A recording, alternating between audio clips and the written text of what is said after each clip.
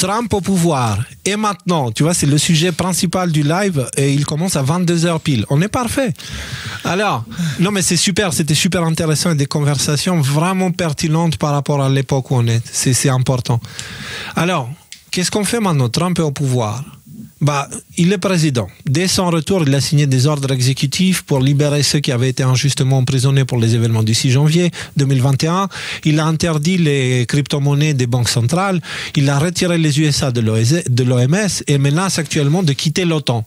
Et bien sûr, il a aussi annoncé la déclassification des dossiers JFK, RFK et Martin Luther King. Martin Luther King.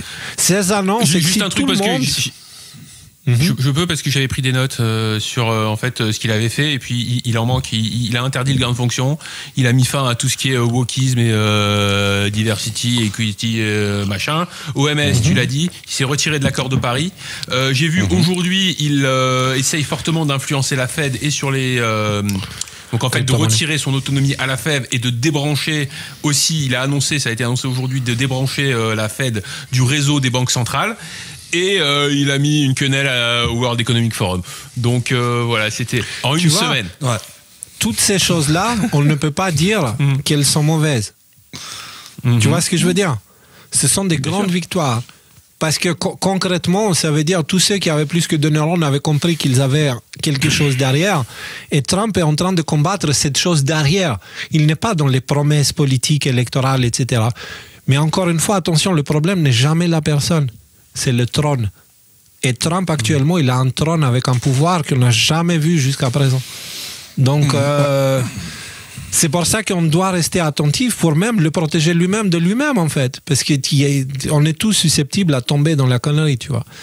Alors, ces annonces, justement, Rudy, excitent tout le monde, mais plus que jamais, nous devons être attentifs car la guerre de l'information, pas seulement elle n'est pas finie, mais elle vient juste d'atteindre son maximum.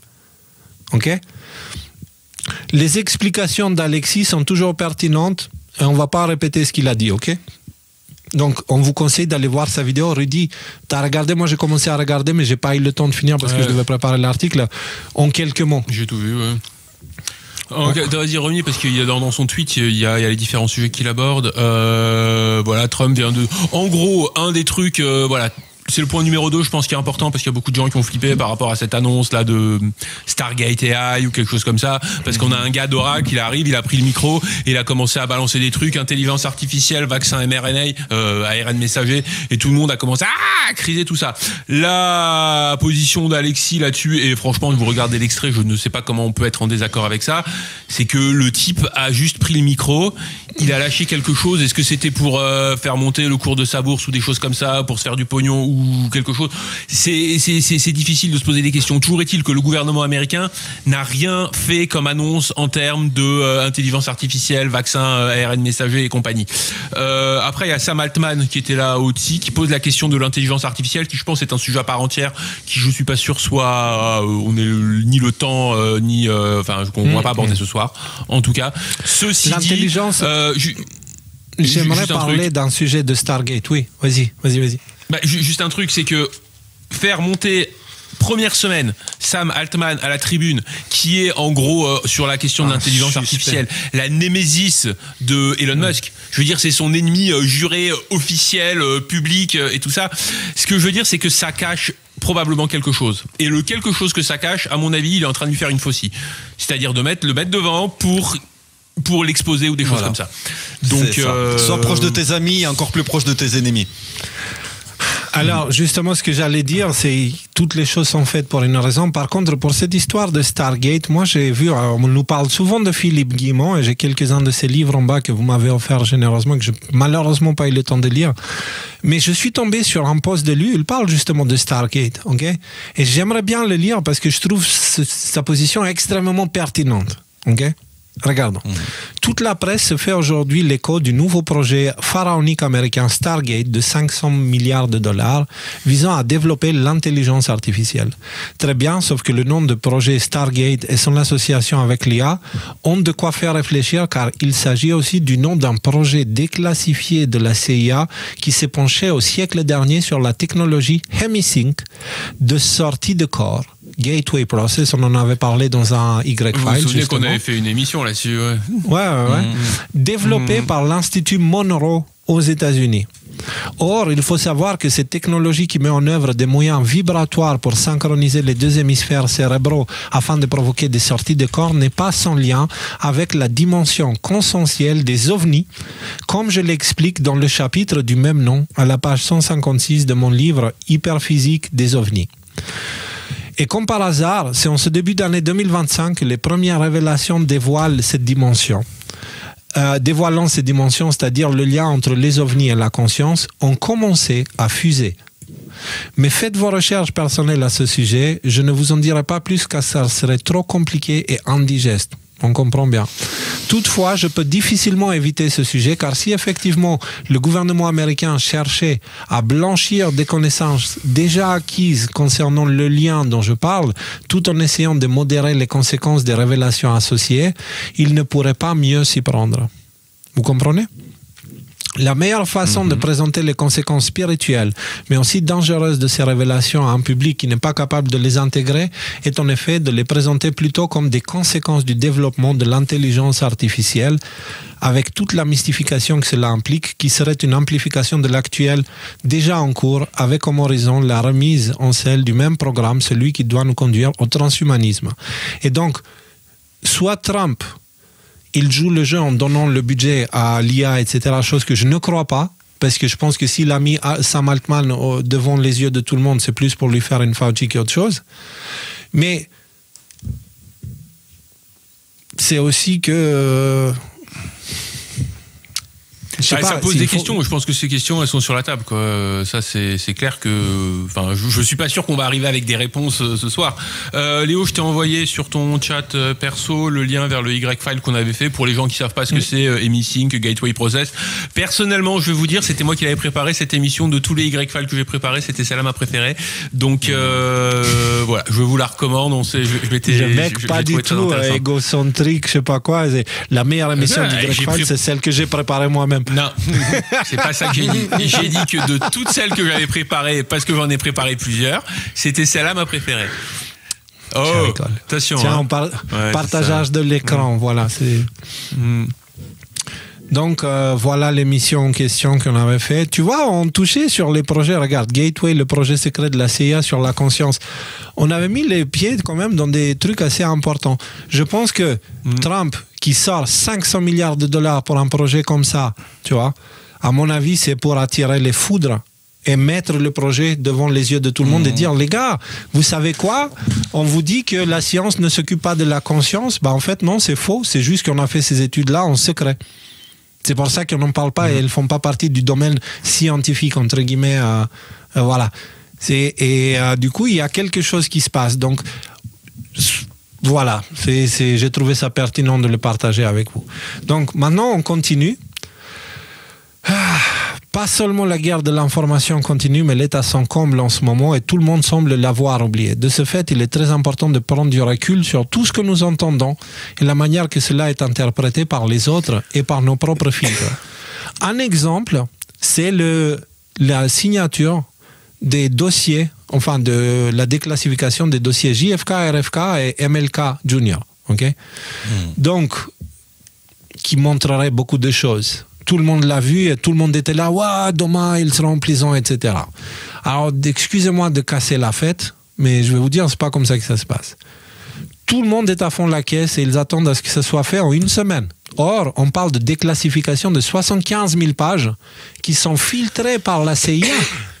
Parce qu'il y avait les pages physiques et il y a les pages numérisées. Les pages physiques n'existent plus, ne sont plus accessibles. Il y a celles qui sont numérisées et qui ont été numérisées par la CIA, qui garde secrètement les dossiers à papier.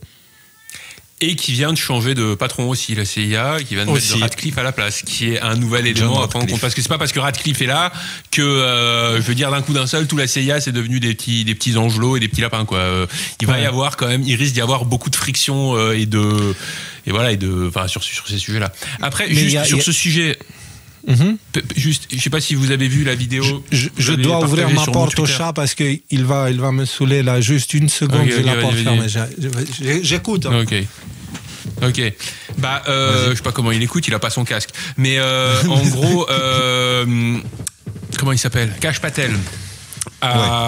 J'ai reposté une vidéo qui est assez récente, j'ai pas exactement la date, de Kash Patel, qui parle justement de la déclassification de JFK et RFK, sur lequel il nous dit, bah en fait, en gros, on sait presque tout, en fait, sur JFK et RFK, entre les théories du complot, les films et les documentaires qui ont été faits et tout ça. Globalement, on va pas tomber de notre chaise. Ceci dit, les quelques petites choses qu'on ne sait pas, enfin petites, parce que en termes de volume, c'est pas un gros volume par rapport à l'ensemble de l'affaire. Par contre, ce sont des questions que personne ne se pose. Et ça, j'ai trouvé ça très intéressant de le dire. On parle de Kash Patel, qui, si les choses se passent bien, la semaine prochaine, le 30 janvier, il a son audition pour être directeur du FBI. Directeur du FBI. Ce qui la semaine prochaine, ça va être encore une semaine intéressante aussi, je pense. Ouais, mais attention, donc, juste regardons, j'ai une petite vidéo de Mike Pence que j'ai sous-titrée exprès. Pour qu'on comprenne un petit peu la chose, parce qu'on est tombé dans le piège de l'impatience tellement de fois. Soyons intelligents parce que cette impatience peut être utilisée contre nous.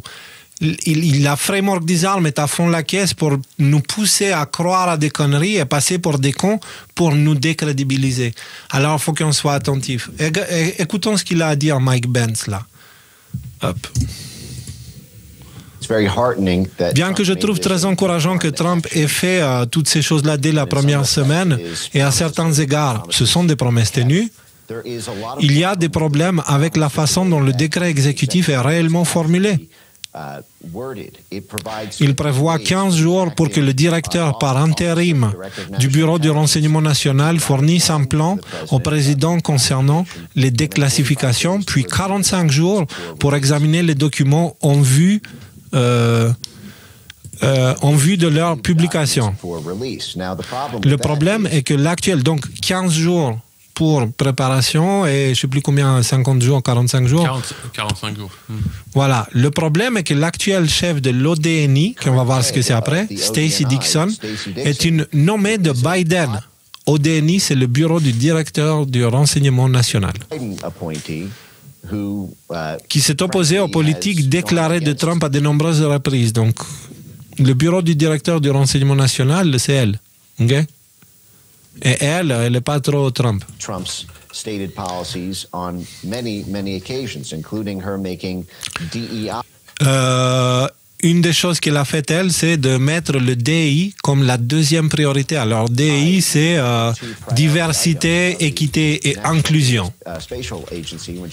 Voilà. Elle a passé 20 ans à la CIA. Il y a actuellement des rumeurs selon lesquelles elle pourrait travailler pour arrêter ou retarder la nomination de Tulsi Gabbard, qui est le choix de Trump pour être la directrice de l'ODNI. Donc ça veut dire que Trump a signé le décret, mais il faut qu'il passe par les mains du bureau du directeur national. Okay? Mais la personne qui est dans le bureau, qui gère le bureau, ce n'est pas celle que Trump veut, c'est une autre. Et cette autre, elle est anti-Trump, elle a été placée par Biden. Et elle empêche le remplacement, oui? Bah, parce que là, j'étais en train de checker au niveau des dates. Alors bon, pareil, hein, c'est toujours grog, donc il faudrait que je vérifie dans les articles. Mais Tulsi Gabbard, elle est rentrée en fonction, non déjà. Elle a déjà été confirmée, non? Confirmé, oui, mais est-ce qu'elle a reçu le truc officiellement? Je ne pense pas. C'est ce qu'il explique justement, que l'autre, elle est en train de tout faire pour retarder ça. Ok, d'accord. Ok, vas-y, continue. Alors que le membre du comité du renseignement du Sénat, Mark Warner, du côté démocratique, retarde l'audience de la confirmation de Tulsi, justement. Mais à quelle date ta vidéo? Bah donc du coup c'est récent vu qu'il a déjà signé les ordres exécutifs. Bah écoute, peut-être que Brock il me raconte des bêtises comme quoi. Ok, d'accord. En fait, si tu veux, c'est pas officialisé. Donc c'est pas officialisé, voilà. Et il y a des personnes qui tirent des ficelles pour que cette officialisation se retarde au maximum. Donc déjà, si ça c'est pas fait, il n'y a pas de déclassification. Tu vois ce que je veux dire? Donc, 15 jours ne sont plus du tout satisfaisants ou suffisants, il dit, pour mettre Tulsi en charge de ce plan.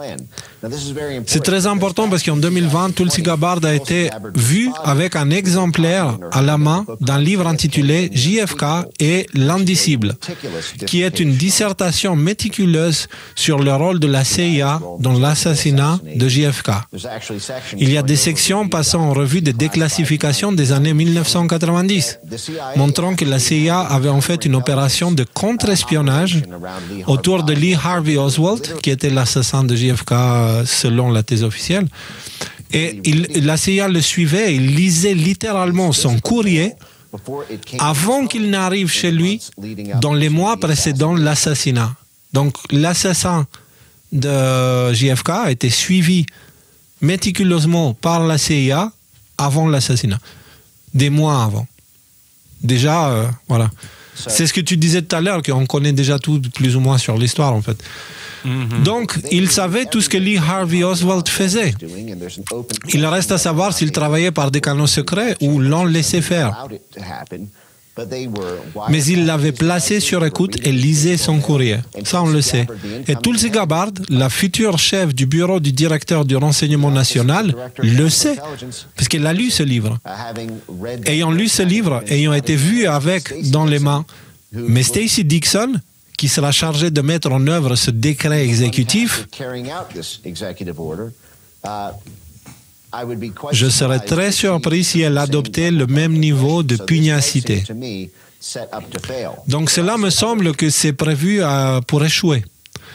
Il y a aussi d'autres problèmes, à savoir que les documents actuellement appelés les JFK Files représentent environ 75 000 pages de documents qui ont été numérisés par la CIA.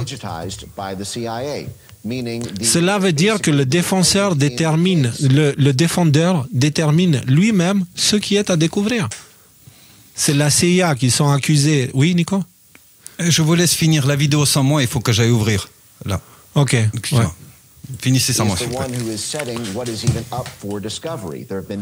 Il y a eu de nombreux rapports de lanceurs d'alerte indiquant qu'il existe des dossiers de 61, 62 et 63 qui n'ont tout simplement jamais été numérisés et qui se trouvent à Langley, donc dans les boîtes de papier dans les bureaux de la CIA, qui ne font pas partie des dossiers JFK à examiner par le Bureau national de sécurité intérieure ou je ne sais plus quoi.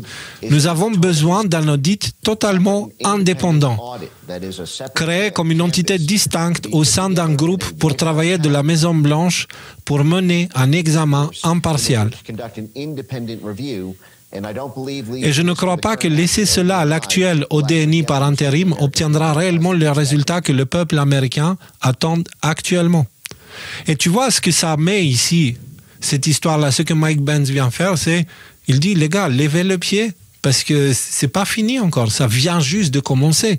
Et là, tu as Trump qui signe un décret et tu vois le pouvoir de l'État profond de ralentir ça ou de le bloquer, même si c'est Trump qui est président. Et vous voyez la direction dans laquelle ça pousse. De Projet Veritas que je t'ai envoyé Non. Qui parle exactement de ça. Donc en gros, la vidéo de Projet Veritas, elle est dans... Enfin, je l'avais postée dans le DOM. En gros, bon, vous savez... Non, c'est pas Projet Veritas. James O'Keefe, c'est plus Projet Veritas. Vous savez, en gros, il interroge quelqu'un de la Maison-Blanche. C'est pas qu'il interroge. En gros, ils mettent une nana super mignonne qui vient l'aborder dans un bar et qui le fait parler. Et le mec est filmé en caméra cachée. Et il t'explique exactement ça. Là, il parle pas de JFK, il parle de RFK Jr. dans son rôle de directeur de la santé, la ministre de la santé, tout ça. Et en gros, il t'explique que l'État profond a tout à fait la possibilité, par la bureaucratie, de ralentir justement toutes les divulgations. Et c'est pas parce que tu as un ministre comme RFK, avec toute la bonne volonté qu'il pourrait avoir, qu'il n'y a pas des bureaucrates qui ont tout un tas de moyens pour justement ralentir et empêcher le politicien de faire son travail. Et je trouve que ce timing est quand même extrêmement je veux dire, le hasard comme par hasard, quoi, tu vois. On a d'un côté O'Keefe qui te sort ça sur un sujet, d'un autre côté on a le Mike Pence qui pour l'instant a dit quand même énormément de choses intelligentes, donc j'aurais tendance à pas prendre pour des bêtises ce qui vient amener ici. Donc en fait, et puis finalement sur un sujet qui est pas si important que ça.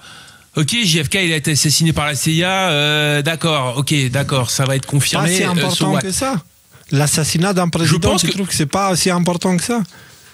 Dans le contexte dans lequel on est en train d'être aujourd'hui, je pense que non, que même si on l'apprend, la CIA il y a 60 ans a dit, et même si Georges Bush père qui était impliqué là-dedans, comme il y a un certain nombre d'éléments assez crédibles qui semblent le dire, je pense que le nœud de cette affaire, c'est justement de mettre en avant, vous avez vu, c'est ça le deep state. C'est ça le deep state. Vous avez des centaines de millions de gens qui votent pour un président. Il met les ministres et les personnes en place pour que ces choses, pour que la volonté du peuple soit faite. Et elle ne peut pas être faite parce qu'on a 4 tocards dans des bureaux qui te disent ah non, j'ai pas envie de le faire parce que je considère que c'est ma prérogative de faire comme je veux contre l'intérêt d'un pays tout entier.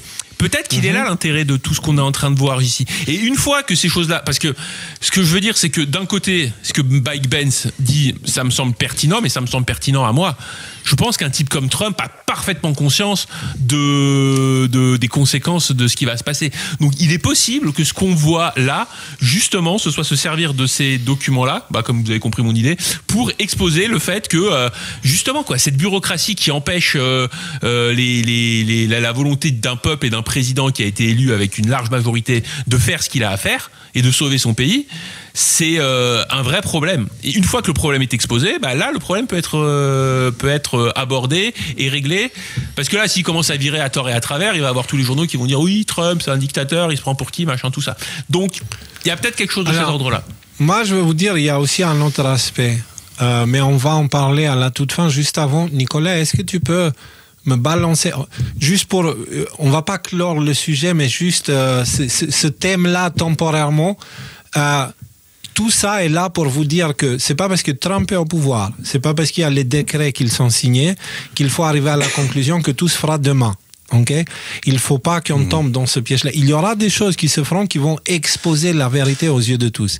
Ça, c'est sûr et certain. Mais, encore une fois, ce n'est pas le dealer du coin de la rue qu'ils sont en train d'arrêter. C'est toute une secte, en fait. C'est comme quand tu enlèves un cancer, ça enlève une partie du corps avec. Tu vois ce que je veux dire? Donc, il faut faire très attention à nos attentes pour éviter d'être déçus parce que la déception est le thème qui va dominer pendant plusieurs mois dans les temps à venir, ok? Ça démoralise. Ça démoralise, exactement. Donc maintenant, nous, on sait ce qu'on doit faire pour nous. Se concentrer à nous-mêmes, à évoluer humainement et à être en accord entre ce qu'on pense, ce qu'on dit et ce qu'on fait, ok? Et se concentrer pour être autonome et d'être un élément positif dans sa communauté, dans son environnement. C'est ça notre but. C'est pas d'être pro-Trump, c'est pas d'être anti-Trump, c'est pas d'être pro-masque, d'être anti-masque et tout ça. C'est vraiment d'évoluer à l'échelle individuelle pour qu'à l'échelle individuelle, on devienne des phares. Tu vois? C'est ne nous voyez. Oui. Juste. Parce que ce que tu dis, je suis 100% d'accord avec ce que tu dis. En ce qui me concerne, j'ai cette intuition, vous savez, moi je suis plutôt le scientifique du groupe normalement, mais là je deviens de plus en plus intuitif, que vraiment ce qu'on doit être cette année, c'est le calme dans la tempête.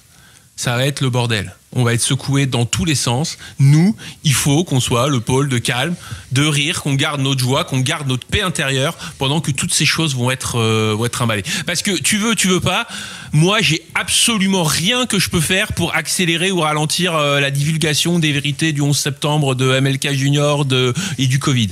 C'est pas dans mes mains, ça. Ce qui est dans mes mains, c'est que quand toute cette frustration que vous êtes en train de mentionner, elle va arriver, parce qu'elle va arriver, c'est certain. En face, la bête est aux abois. Ils vont faire tout ce qu'ils peuvent pour nous démoraliser, pour nous gazer, pour nous pulvériser, tout ce qu'ils peuvent, ils vont le faire. Nous, notre seul objectif, c'est d'être le calme dans la tempête. C'est mon point de vue. Je sais pas si vous le partagez, mais c'est vraiment quelque chose que je ressens très très fort pour cette année. Noé est celui qui a survécu la tempête de l'époque, et Noé en soi, ça veut dire le serein. Donc, très opportun. Ce que la Bible te dit, c'est que dans les tempêtes, c'est celui qui est serein qui traverse. C'est ce que le Christ nous a appris avec cette histoire il dormait dans le petit bateau et puis la tempête les entoure et tout le monde était en panique. Et le Christ, il est venu et il était calme. Et il était même fâché contre les autres. Pourquoi vous avez peur, tu vois? Tellement il était... Et il a demandé aux éléments et les éléments se sont calmés.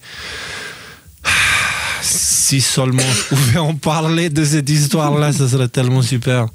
Parce qu'il y a tellement de vérité là-dedans.